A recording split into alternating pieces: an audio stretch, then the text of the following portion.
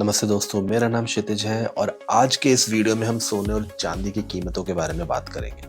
तो क्या सोना चांदी भारत को कंगाल कर देंगे? ये सबसे बड़ा सवाल हमारे दिमाग में हर रोज और दिन में पता नहीं कितनी बार ही आता होगा।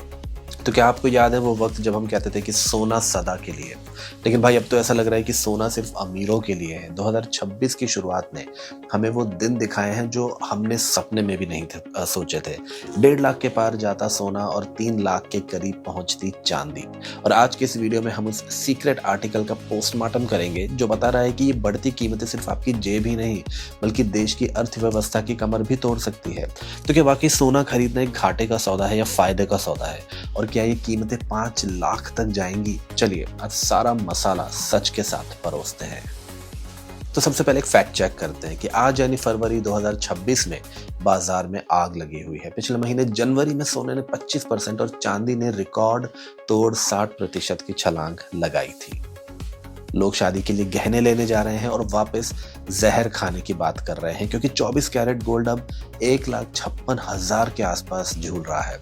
और एक्सपर्ट्स का कहना है कि अगर यही हाल रहा तो इस साल के अंत तक सोना 2 लाख और चांदी 5 लाख का आंकड़ा छू सकती है।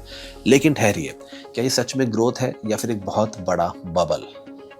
आखिर ये कीमतें इतनी रॉकेट क्यों बनी हुई है? और इसके पीछे मुझे ऐसा लगता है कि 3 बड़े विलन हैं, जिसमें सबसे पहला है द ट्रम्प फैक्टर। अमेरिका में सत्ता बदलते ही डॉलर और फेडरल रिजर्व की नीतियों में जो हलचल हुई है उसने पूरी दुनिया को डरा दिया है। अब जब दुनिया डरती है तो वो सोने की शरण में जाती है। दूसरा मुझे लगता है जो रीजन है वो है ग्लोबल वॉर्स।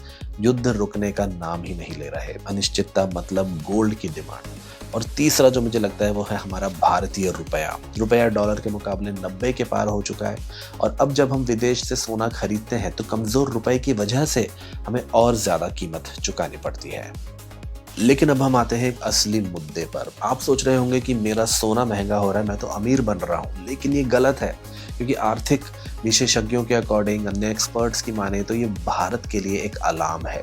क्यों? ये मैं आपको बताता हूँ कि भारत अपनी ज़रूरत का ज़्यादातर सोना इंपोर्ट करता है। अब जब हम महंगा सोना खरीदते हैं तो हमारा विदेशी मुद्रा भंडार खाली होता है। फॉरेक्स 2026 में हमारा कैड बढ़कर जीडीपी का 1.3% हो चुका है। और जब हम इन्फ्लेशन की बात करें तो सोना महंगा मतलब शादी ब्याह महंगे, गिफ्ट्स महंगे और धीरे धीरे हर चीज़ पर असर। तो ये एक डेड इन्वेस्टमेंट हो सकता है। सबसे बड़ी कड़वी सच्चाई यही है कि ज़्यादा सोना खरीदना इसके ऊंचे दामों पर एक डेड इन्वेस्टमेंट भी हो सकता है। जब आम भारतीय पैसा सोने में दबा देता है तो वो पैसा मार्केट में रोटेट नहीं होता, ना फैक्ट्री लगती है, ना स्टार्टअप्स को पैसा मिलता है और ये पैसा डेड हो जाता है।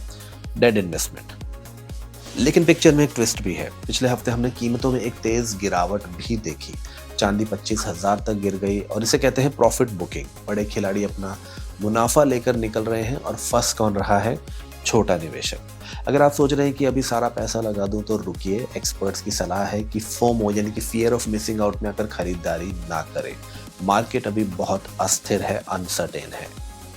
तो बात यह है कि सोना खरीदना बंद मत कीजिए, लेकिन फिजिकल गोल्ड के बजाय आप सोवरेन गोल्ड बॉन्ड्स या डिजिटल गोल्ड की भी सोच सकते हैं। कम से कम मेकिंग चार्ज और लॉकर के खर्चे तो बचेंगे। थोड़ा थोड़ा सोना भी आप खरीद सकते हैं, 1-2 ग्राम। तो आपको क्या लगता है कि क्या सोना सच में इस साल के अंत तक 2 लाख रुपए तक पहुंचेगा या फिर ये डर सिर्फ एक गुब्बारा है जो कभी भी फट सकता है? नीचे कमेंट्स में अपनी राय ज़रूर दें और हाँ, उस दोस्त को भी ये वीडियो शेयर करें जो भी गहने बनवाने की प्लानिंग कर रहा है। बेचारे का भला हो जाएगा। तो मिलते हैं अगले वीडियो में, तब तक के लिए सतर्क रहें और निवेश सोच समझ कर करें।